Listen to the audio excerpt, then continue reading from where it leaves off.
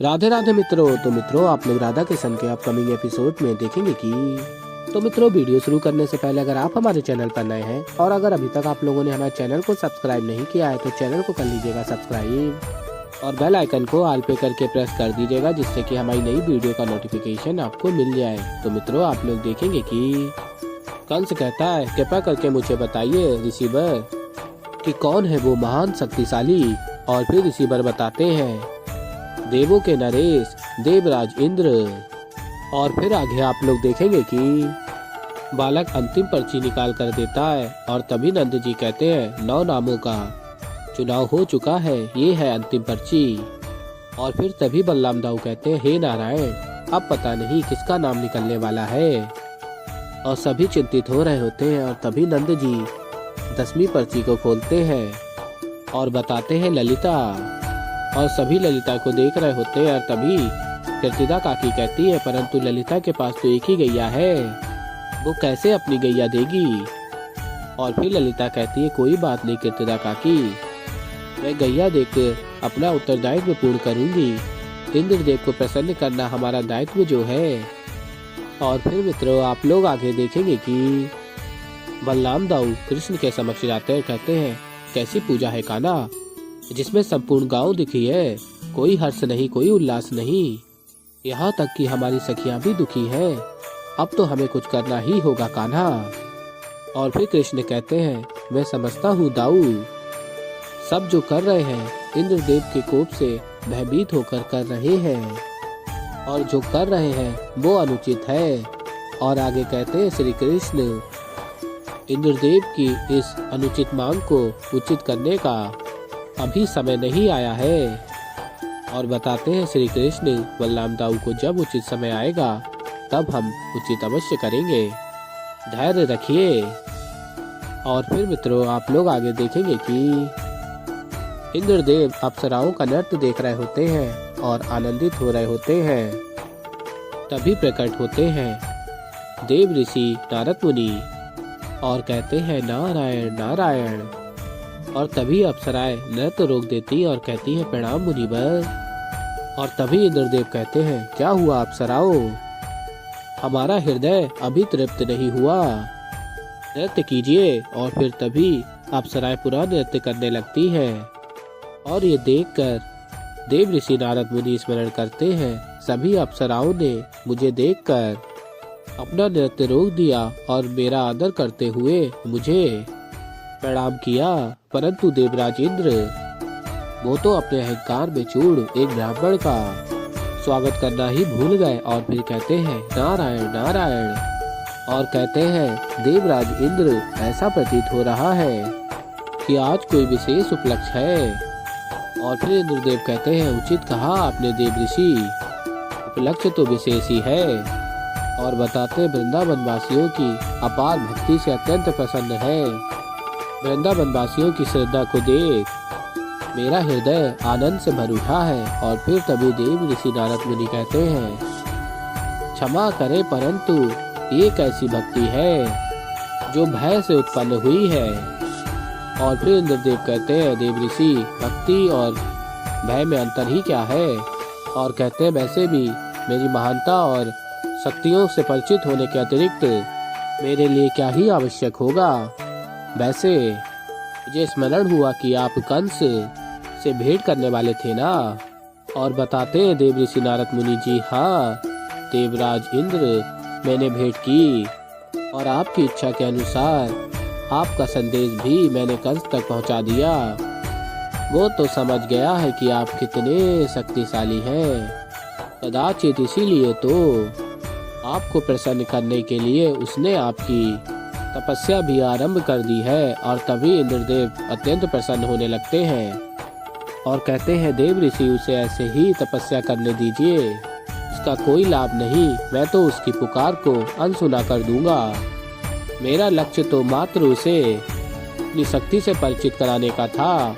और फिर देव ऋषि नारद मुनि कहते हैं, मुझे आपकी शक्तियों पर संदेह नहीं है, परंतु कंस का ये जानना आवश्यक था। और फिर इंद्रदेव कहते हैं, देव ऋषि, आपके कहने का तात्पर्य क्या है।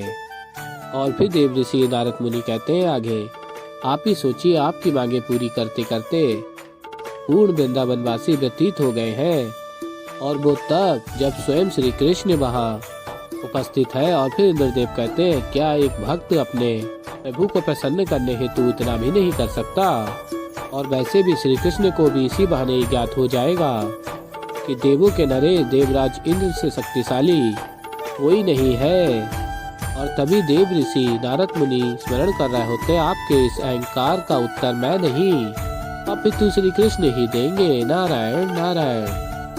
और फिर मित्रों, आप लोग आगे देखेंगे कि ललिता कहती है, तारा मुझे क्षमा कर दो, मैं असहाय हूँ।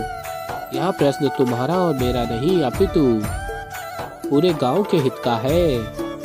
मुझे कल तुम्हें यज्ञ में दान करना ही होगा। मैं ईश्वर से प्रार्थना अवश्य करूंगी कि तुम्हारे नए घर के वासी तुम्हें मेरे जितना ही प्रेम करे। और तभी श्री कृष्ण भी आ जाते हैं और सखियां अपने नेत्रों से आंसुओं को पोंछती है। तभी राधा कहती है, कृष्ण यहाँ क्यों आए हो तुम? और फिर कृष्ण बताते हैं, मैं अपनी सखी से मिलने आया हूँ, वो सखी जो अपनी गैया खोने के विचार मात्र से ही इतनी दुखी है। और फिर कहते हैं सखियों से श्री कृष्ण, ये क्या बात हुई?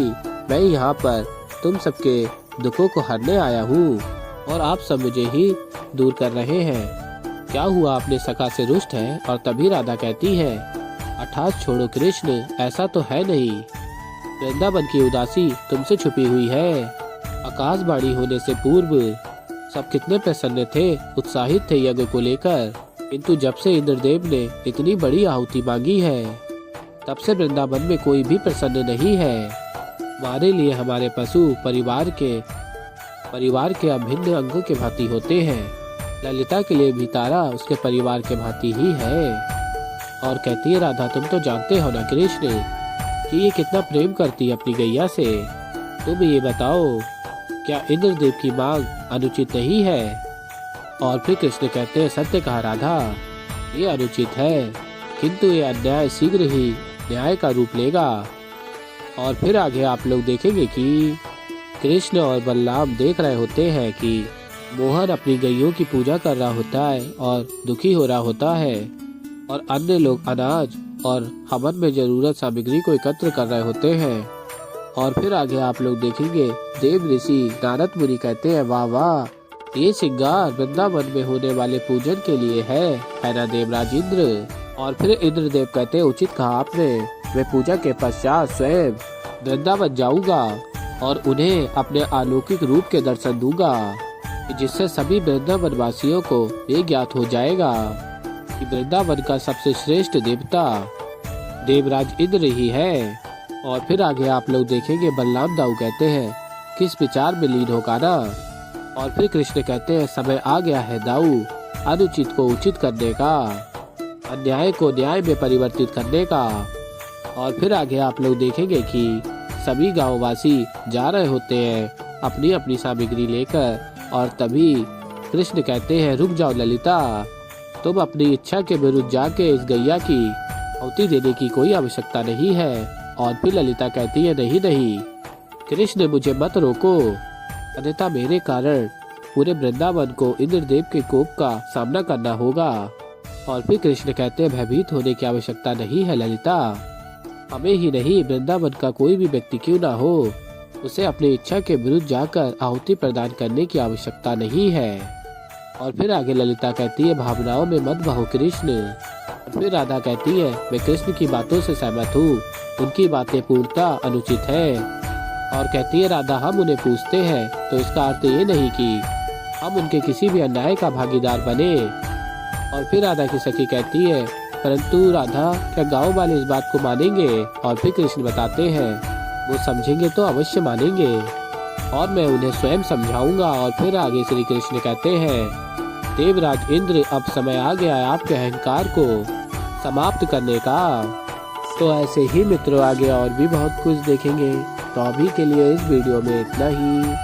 तो मित्रों, अगर आप लोगों को हमारी वीडियो पसंद आई हो तो वीडियो को कर दीजिएगा लाइक। और अगर अभी तक आप लोगों ने हमारे चैनल को सब्सक्राइब नहीं किया है तो चैनल को सब्सक्राइब कर लीजिएगा और बेल आइकन को ऑल पे करके प्रेस कर दीजिएगा, जिससे कि हमारी नई वीडियो का नोटिफिकेशन आपको मिल जाए। तो मित्रों मैं मिलता हूँ जल्द ही आप लोगों को एक नई वीडियो के साथ। तो तब तक के लिए मित्रों राधे राधे।